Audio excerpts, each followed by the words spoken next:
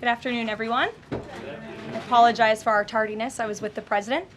Let me begin with a few scheduling announcements today.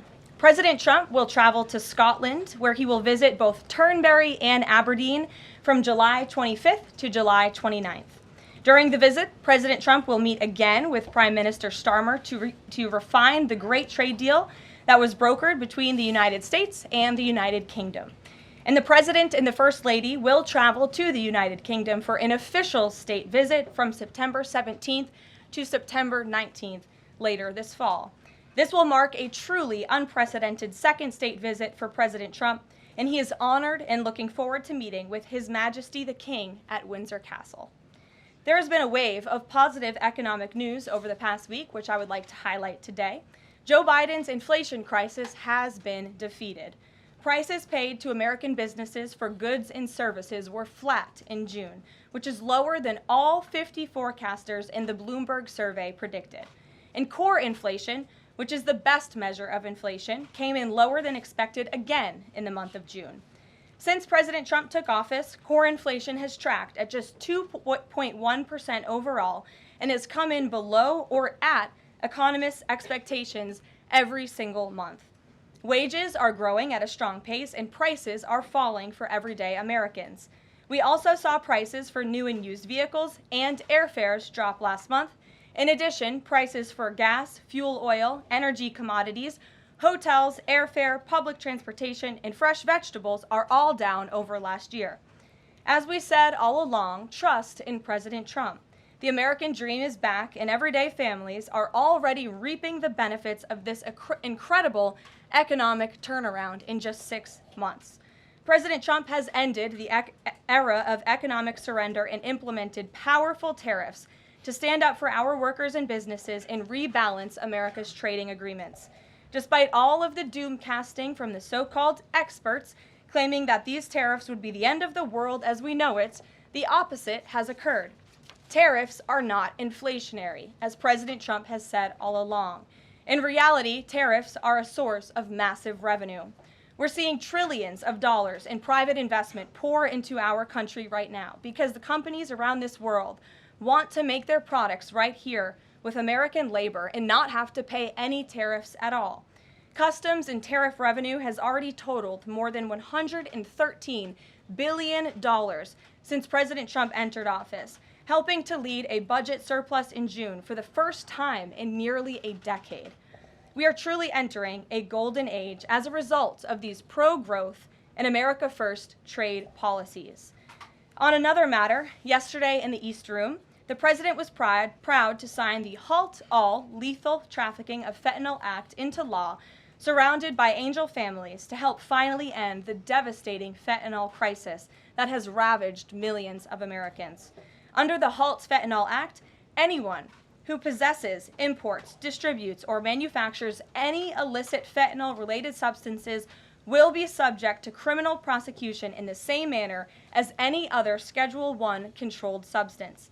This legislation will close the loopholes that criminals use to skirt around the law and make it easier for law enforcement to prosecute vicious traffickers who peddle poison in our communities. President Trump has always made tackling the drug crisis a top priority, and this important bipartisan legislation further follows through on that commitment. The complete and total success at our southern border that many in the media in this room continue to ignore is another example of the president keeping his word to families who have lost loved ones due to fentanyl, and it's another win for the American people.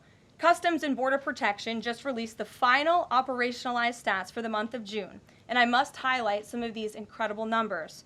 There were only 6,072 Southwest apprehensions in June, 15% lower than the previous record that this president set in the month of March. To put that in perspective, the Biden administration routinely saw the same number of encounters in a single day, and on many days, that number was more than 10,000 apprehensions at the Southwest border. There were also 0 illegal aliens released along the Southwest border for the second consecutive month in a row. President Trump promised to end the illegal alien invasion, and he has delivered on that promise to the American people in record time. With the border sealed, deportations are ramping up. This past weekend, our brave ICE agents were arresting violent criminal illegal aliens all across the country. ICE Atlanta arrested an illegal alien from Mexico, convicted of attempted rape of a child in North Carolina. ICE Baltimore arrested an illegal alien from Guatemala who was previously convicted for sexual abuse of a minor in Maryland. ICE Houston arrested a criminal illegal alien from Mexico whose previous conviction includes aggravated sexual assault of a child in Texas. ICE Salt Lake City arrested a 32-year-old illegal criminal alien from Mexico who was previously convicted for child abuse and injury.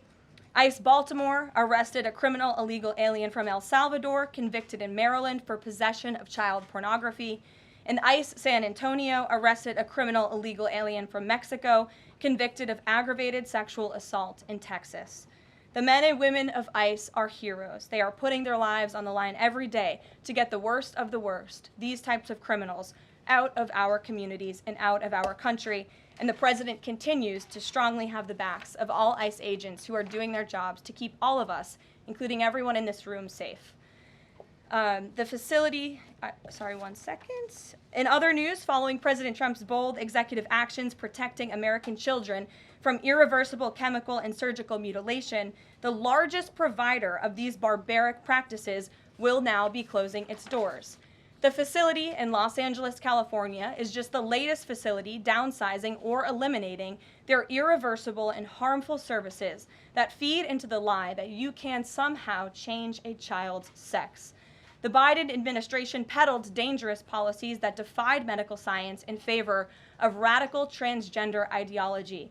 But President Trump has put an end to that to ensure America's children's innocence is protected and our children can lead healthy and productive lives. Finally, last night, Senate Republicans passed President Trump's $9 billion Recisions package. This will help restore fiscal sanity in our country by rescinding billions in wasteful foreign aid and finally ending taxpayer funding for PBS and NPR, two media organizations that have ridiculously used federal dollars to push a partisan left-wing agenda for many years. The House should pass this Recisions package immediately and send it to the president's desk for signature. On another note, I know that many in the media have been speculating about bruising on the president's hand and also swelling in the president's legs. So in the effort of transparency, the president wanted me to share a note from his physician with all of you today. In recent weeks, President Trump noted mild swelling in his lower legs. In keeping with routine medical care and out of an abundance of caution, this concern was thoroughly evaluated by the White House medical unit. The president underwent a comprehensive examination, including diagnostic vascular studies.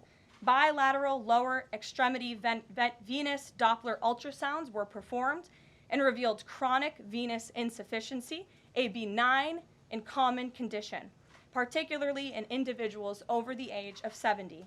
Importantly, there was no evidence of deep vein thrombosis or arterial disease.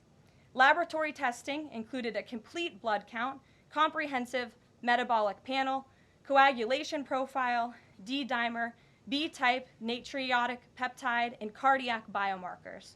All results were within normal limits. An echocardiogram was also performed and confirmed normal cardiac structure and function. No signs of heart failure, renal impairment, or systemic illness were identified. Additionally, recent photos of the president have shown minor bruising on the back of his hand. This is consistent with minor soft tissue irritation from frequent handshaking and the use of aspirin, which is taken as part of a standard cardiovascular prevention regimen. This is a well-known and benign side effect of aspirin therapy.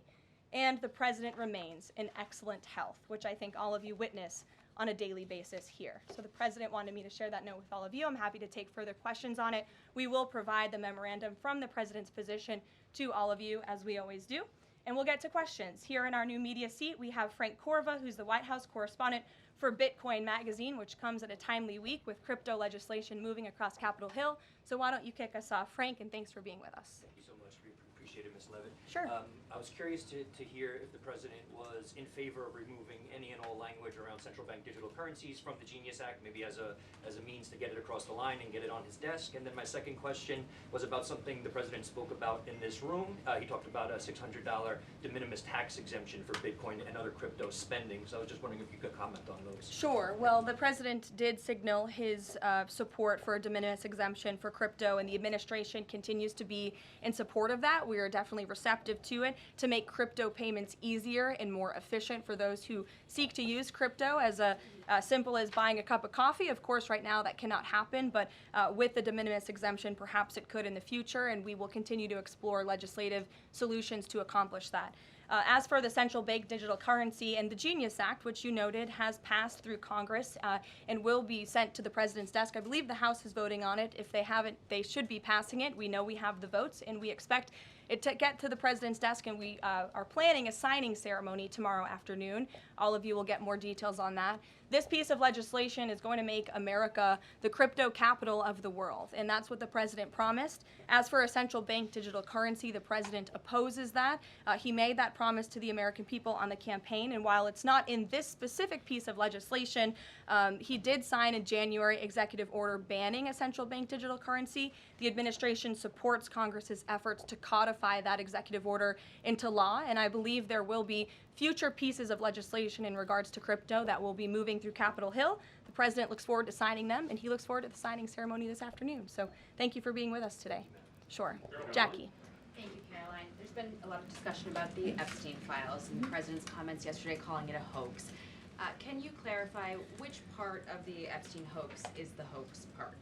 The president is referring to the fact that Democrats have now seized on this as if they ever wanted transparency when it comes to Jeffrey Epstein, which is an asinine suggestion for any Democrat to make. The Democrats had control of this building, the White House, for 4 years, and they didn't do a dang thing when it came to transparency in regards to Jeffrey Epstein and his heinous crimes. It was this president who directed the Department of Justice and the Attorney General to do an exhaustive review of all files related to Jeffrey Epstein, which they did.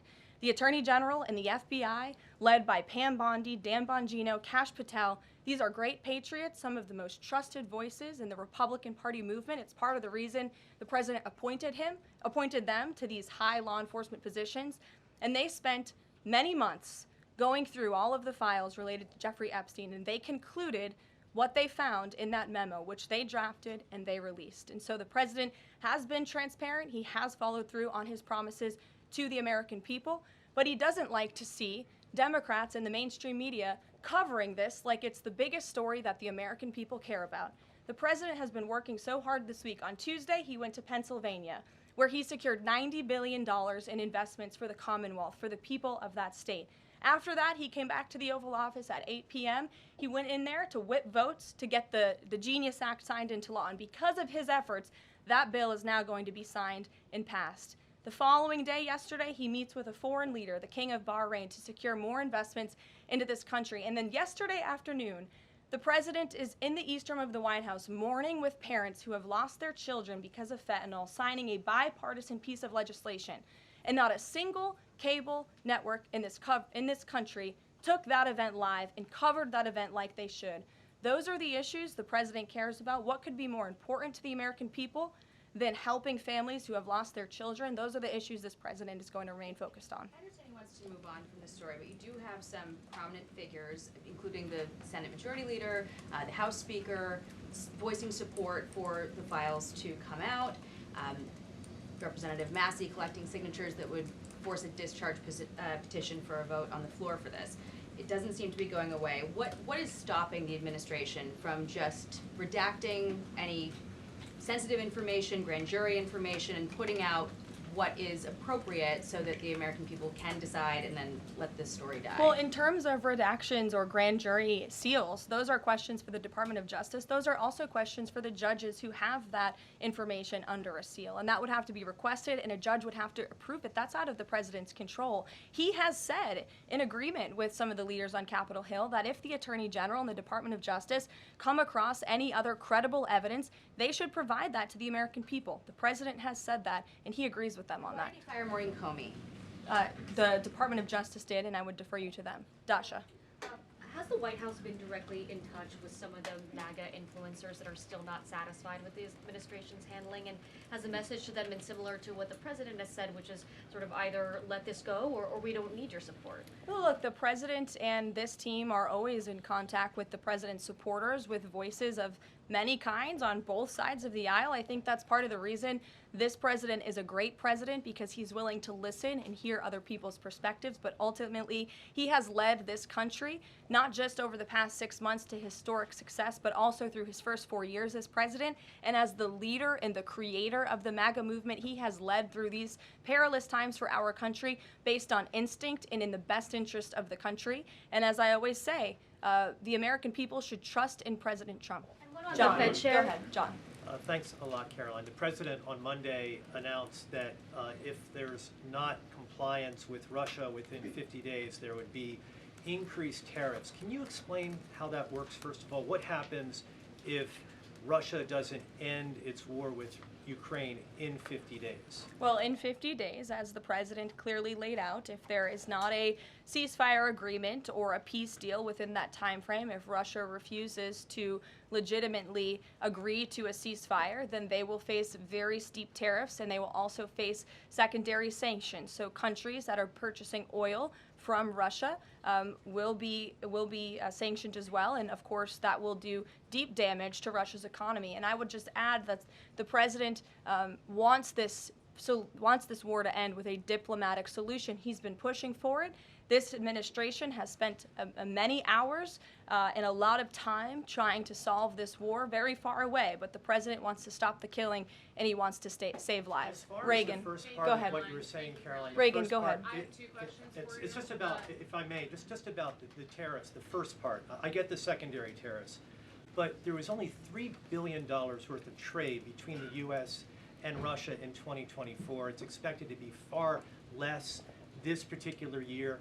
On April the 2nd, both you and the Treasury Secretary said it's not necessary to apply any tariffs on Russia.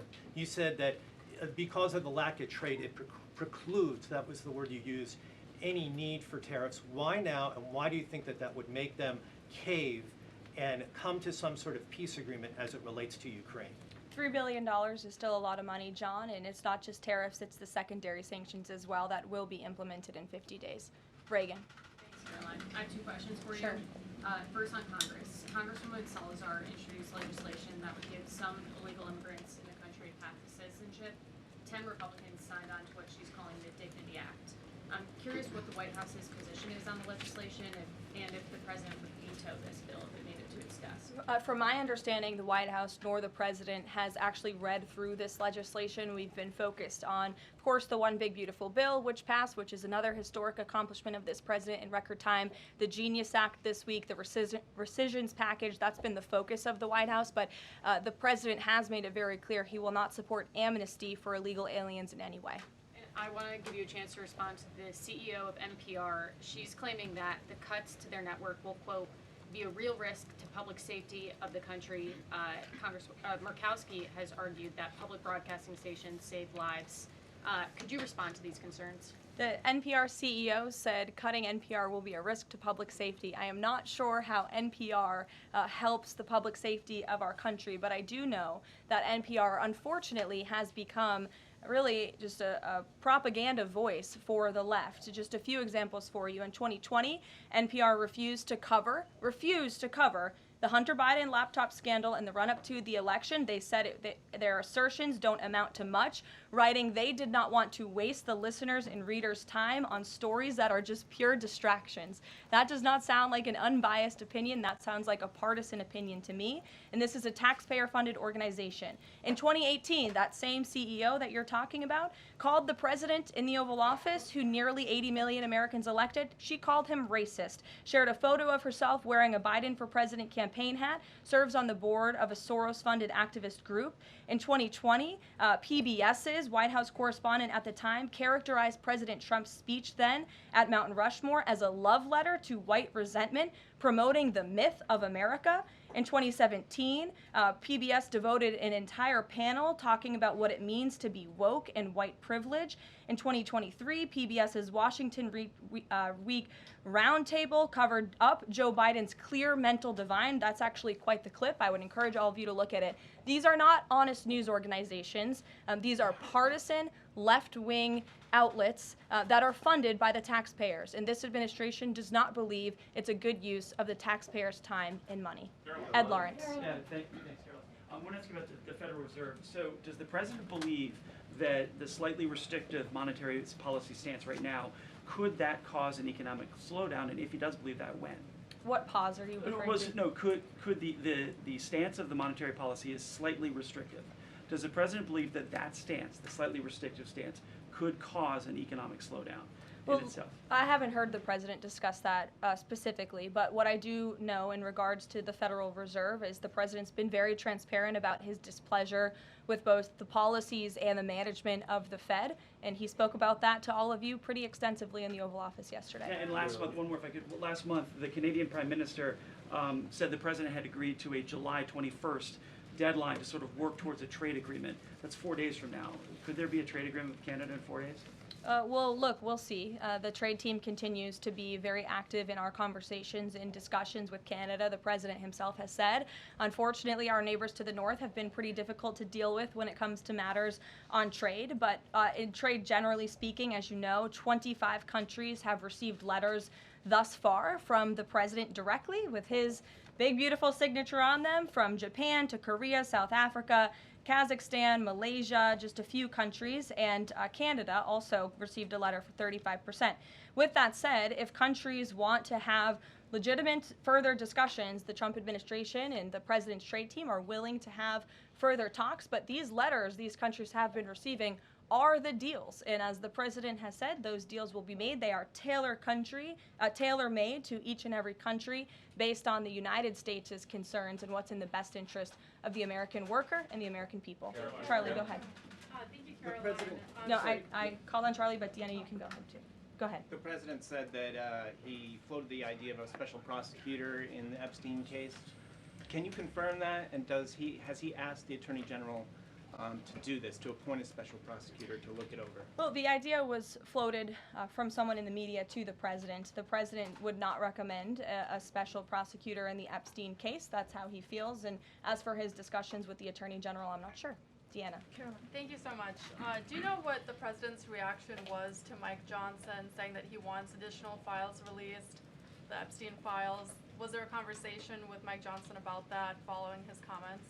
I won't discuss the president's private conversations with the Speaker of the House, but as I answered to Jackie's question earlier, the president has said if the Attorney General and the Department of Justice and the FBI have any more credible evidence in regards to Jeffrey Epstein's crimes, they should put that forward. He has called on them to do that. Sure. Thank you, Caroline. With a few days, I'll go to all of you, starting with the lady in the blue. Go ahead. with a few days to the August 9th deadline, how are the negotiations with Europe going? There's some sticking points. What are they? Can we expect a delay, or should we expect a deal soon? Well, I believe the deadline is August 1st. As for the European Union, they continue to be very eager in negotiating with our country for obvious reasons on ways to lower their tariff and their non-tariff barriers that we have long said harm our workers and our companies. So the president's trade team continue to be in talks with the European Union. Would he accept, or would he put forth a postponement of the August 1st? He's already said he will not. Caroline, Owen, go ahead. Caroline, good afternoon, Caroline. In Gaza today, Holy Family Catholic Church was struck by an Israeli shell. Yes. 3 people were killed, 10 wounded. What is the president's reaction to that church coming under fire? It was not a positive reaction. He called Prime Minister Netanyahu this morning to address the strikes on that church in Gaza, and I understand the Prime Minister agreed to put out a statement. It was a mistake by the Israelis to hit that Catholic church. That's what the Prime Minister relayed to the President, and you should look at the Prime Minister's statement that will be coming out. Steve, go ahead. Back to your letter that you read at the beginning. Sure. The President, you said mild swelling in his legs. Is Yes, sir. it causing him any discomfort? How are you treating it? Nope. No discomfort from the president at all, and you probably all see that on a day-to-day basis. He's working around the clock. As for the treatments, I can defer to the president's physician, and we'll get you this letter. I think it will answer all your questions. Caroline, there are reports that a Chinese-born banker who works in Atlanta for Wells Fargo is being prevented from leaving China. Has the president, is he going to bring this up with President Xi? Are you aware of the case? I'm not aware of the case, but I'm sure our National Security Council team is. Steve will get you some answers on that. Kristen. Thank you, Caroline. Two questions. So the first is that President Trump said that the Attorney General only gave him a brief overview of what was in these Epstein files. Does he have knowledge or an understanding of what is in the files related to Epstein that have not been released? Not to my knowledge, and that's a question for the Attorney General, as I said, and the President has told the Attorney General if they have any more credible evidence, they should release it. Is that evidence, would she have to run that by the President before she released it? I don't think so. He said if she has any more credible evidence, she should release it. You're on. Go ahead. Thank you. Go ahead, yes. Great, thank you, Caroline. Two questions. One, today. And you can go ahead, Andrew. Don't worry. Today, tens of thousands of folks are rallying nationwide to honor the legacy of Congressman John Lewis. Meanwhile, Republicans in Texas reportedly are working to redraw congressional maps at President Trump's urging. How is President Trump reconciling his call to action for Texas Republicans with the legacy of Representative John Lewis? I'm not quite sure how the two things are related. I think the president would agree that John Lewis served our country for many, many years. It has nothing to do with the redistricting efforts that are currently underway by Texas Republicans to add seats to their legislature. They have the right to do that. The president spoke to the congressmen and women who serve the great state of Texas about it, but it's up to them and it's up to their legislature to get that approved. And Caroline, this is the second question. And Go does ahead. the president support the Justice Department's request for just 1 day in jail for the officer convicted in Breonna Taylor's killing? And what message does he believe that sends to her family and to other families seeking justice in cases of police violence? I haven't talked to the president about that case. Go ahead. Just the president, when the president met the interim president of Syria a couple of months ago, he described him as a young, tough, attractive guy. After the latest clashes in Syria over the last few days, does President Trump still support Syria's interim president? The president still supports Syria's pathway to a peaceful and prosperous country, and you received an update directly from the Secretary of State on the ongoing situation between Syria and Israel. I spoke to him myself this morning to get an update, and as soon as the United States became involved in this conflict, we were able to de-escalate, deconflict. That seems to be continuing. Syria agreed to draw back their troops that were in the area where that clash was ongoing, and we continue to be very actively monitoring the situation. The president wants to see Syria become a prosperous and stable country, and by the lifting of the sanctions on Syria, he's giving them a real chance to do that, and he wants to see that through. Andrew, go ahead. So on Tuesday, the president told a very detailed story about his uncle, noted scientist John Trump, and Theodore Kaczynski, the late Unabomber. He said that Dr. Trump taught Ted Kaczynski. Ted Kaczynski was not identified as the Unabomber until 1996, 11 years after John Trump passed away. It would have been impossible for John Trump to have ever discussed the Unabomber with the president. So what was he talking about? And I have one follow-up.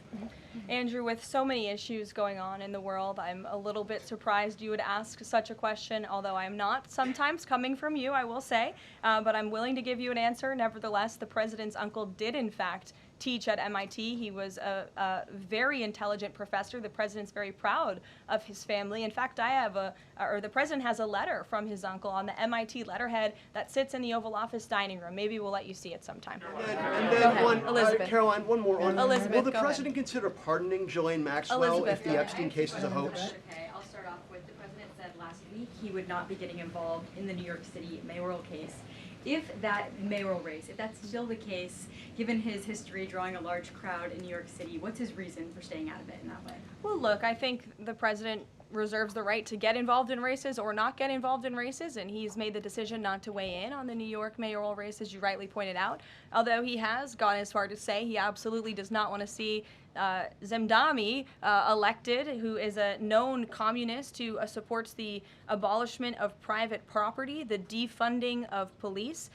He has made very well-known anti-Semitic statements. It would be a disaster for New York and for this country, and I think it's quite telling that this individual, a known communist, has been spending time in Washington this week meeting with leaders on Capitol Hill. This is truly where the Democrat Party is headed. Clearly, they learned nothing from November 5th in the president's overwhelming victory. Mary, go ahead. Thank you, Caroline. I wanted to backtrack to the hospitals that have stopped providing transgender surgeries and hormones for kids. On this front, does that have anything to do with the DOJ subpoenas last week? Should we expect any more hospitals be shutting down their programs? And I wanted to also ask what you make of all these media reports, especially the AP, which I noticed, which portrays these children as losing something that's saving their lives.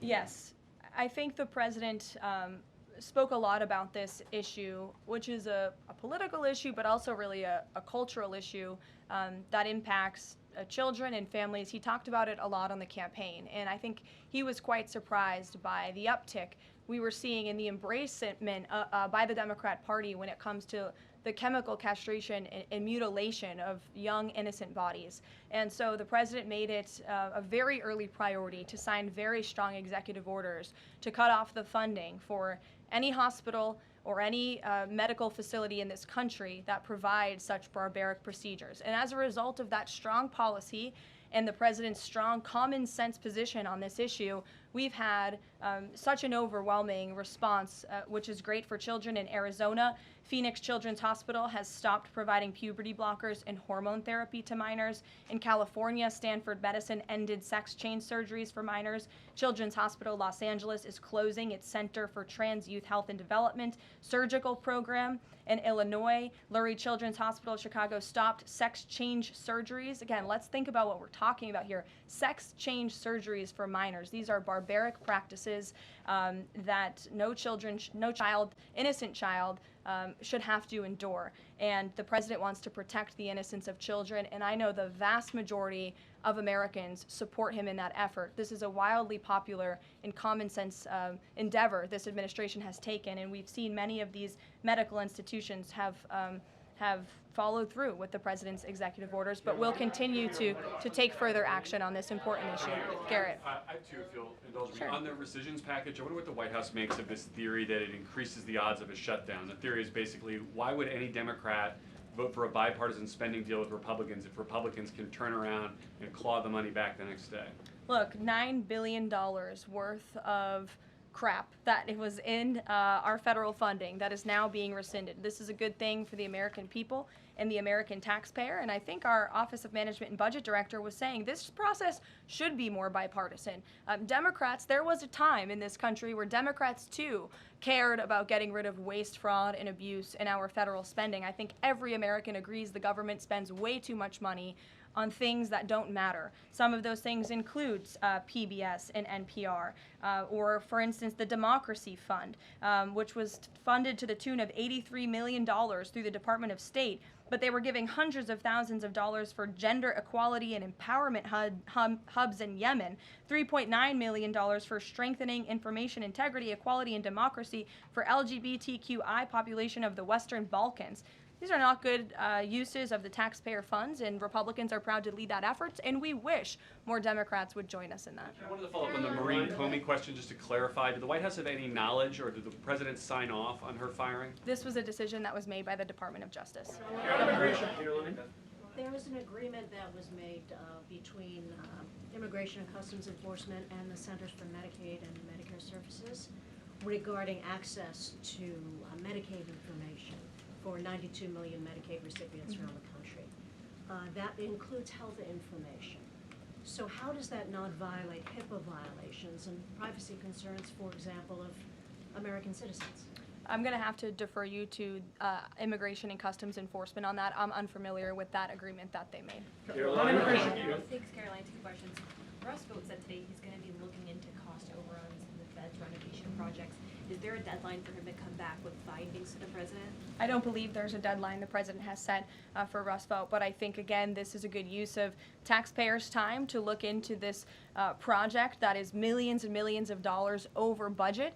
It's for a big, beautiful mansion for the federal chairman, reserve chairman, and I understand that it costs much more than it did the beautiful palace that many of you joined us at when we went overseas. So it's completely unnecessary, it's overpriced, and I think it's a good thing the administration, led by the president, is looking into it. If there ever were to find wrongdoing or fraud, would the president reconsidering firing Jerome Powell? Look, it's a hypothetical question. We'll see where it goes. The president spoke about how he feels on this matter yesterday. Sure, Thank go you ahead. so much, Caroline. So we saw Ambassador Huckabee arrive to Prime Minister Netanyahu's trial to show his support. Does the president plan to impose any kind of sanctions against the Israel judicial system?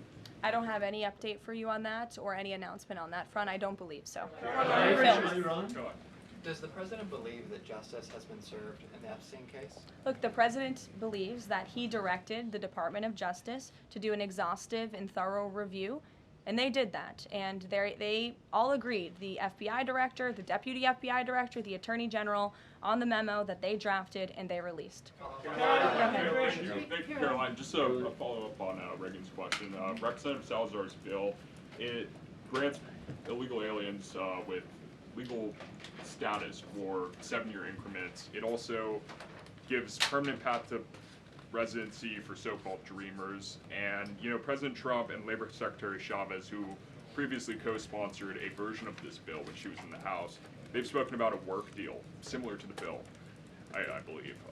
What's the difference between a work deal and amnesty? Look, as I told Reagan, the president, the White House have not reviewed this specific piece of legislation. It's just not where our focus has been. But the president, for one, has been very clear he does not support amnesty. We'll go to, oh, look at some friends in the back. Brian, go ahead. You didn't show up early enough to get some good real estate up here. I love it. Any update on the autopen? I know that there was the DOJ and some others were looking into the thousands of documents that were signed off just before Joe Biden left office. Any update on the autopen? Yes. I'm not laughing at you. I'm just laughing at how far away you are, and you're going to need to get some microphones back there. On the autopen investigation, yes. The White House counsel's office has launched their own investigation into former President Biden's usage of the autopen.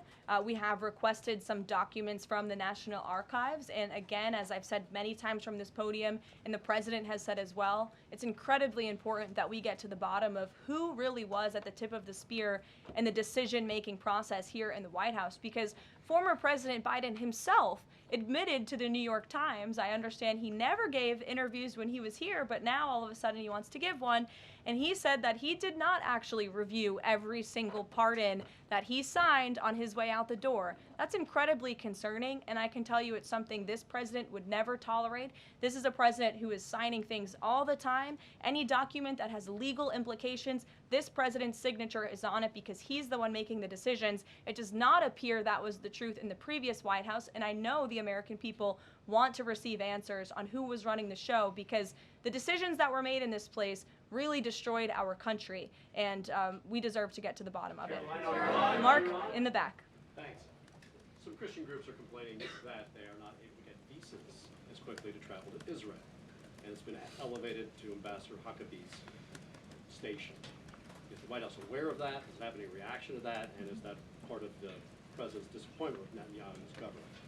Look, I'm not aware of that, Mark, but I'm sure, again, our National Security Council is, and also the State Department, as you know, travel visas roll through Secretary Rubio's shop over there, whom we work very closely with, so we will check in on the matter. But I know overall this president and the administration do want to streamline the visa process to make it easier for both Americans who want to travel abroad and people abroad who want to come to our country the legal way. Sure. Go ahead. I was going to the gentleman above you, but go ahead, Libby, and then you can go. Okay. Two questions for you. The first is, during the Hill Nation Summit, Secretary Noem suggested there could be some changes to TSA's liquid limits. Is the president aware of that? Is that an idea that he's backing? And what would that timeline and the changes look like? Sure. I would defer you to the Department of Homeland Security, but I did see Secretary Noem's comments, and I think it's great that on day one she asked TSA, what are we doing right? What are we doing wrong? How can we make air travel more efficient while maintaining utmost security for American passengers and travelers? And I know they announced no more shoes, or you don't need to take off your shoes anymore at the airport, which I think is welcome news to all of us who travel a lot. But further guidance or decisions, of course, that's in the Secretary of Homeland Security's overview, and I would defer to her. And the other question for you is on Bondi and Burgum's trip today to Alcatraz. I'm curious what the funding is going to look like for that, and who the president does want to see incarcerated there, if it were to become. Sure. Well, this was an idea of the president. He spoke about it in May, and he directed his administration to review a reopening plan for Alcatraz if it is possible, which is why the Attorney General and the Secretary of Interior have traveled there today. They are touring the site, and if the Alcatraz prison is reopened, it would be under the purview of the Bureau of Prisons. And the Secretary of Interior also would play a big role in this as well. So they're there to review the site today, and I'm sure you'll hear more from them on it later. And just to follow up, Libby, on who the president wants to see housed in Alcatraz, the worst of the worst criminals in this country, both American criminals who convict heinous crimes, but also illegal alien criminals before deportation as well. Sure. Go ahead. The State Department yesterday urged the Chinese Communist Party to cease its campaign to eradicate Falun Gong, a peaceful spiritual practice. With the anniversary of this brutal persecution approaching, does the White House have a message for the CCP on this? Well, I will get you one, and we will get back to you. Sure. Go ahead. We'll take. Go ahead, and then go ahead. Sure. I've never called on you. Why don't you go ahead? In the red tie. Hello. Dr. Harper behind. Thank you. Yes. Go ahead. Go ahead. Me, thanks. Yes. Thank you, Caroline. Yes, you. What's your name? My name is Matias. Thank you. What's your outlet? I'm from Record TV, Brazil. Great.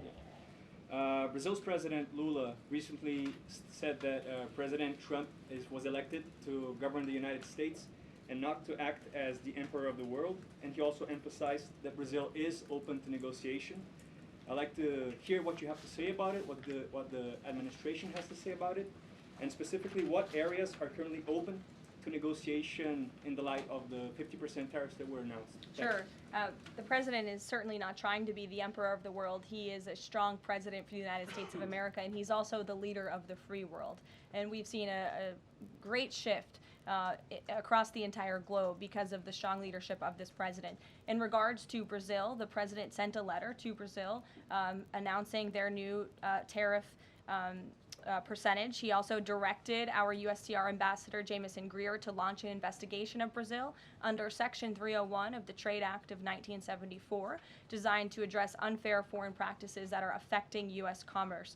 For years, we know Brazil's digital regulations and weak IP protections have undermined U.S. tech and innovative companies, and their tolerance of illegal deforestation and other environmental practices puts American producers, manufacturers, farmers, and ranchers who follow better environmental standards at a competitive disadvantage. So this president always acts in the best interest of the American people and the United States of America, and he will continue to do so.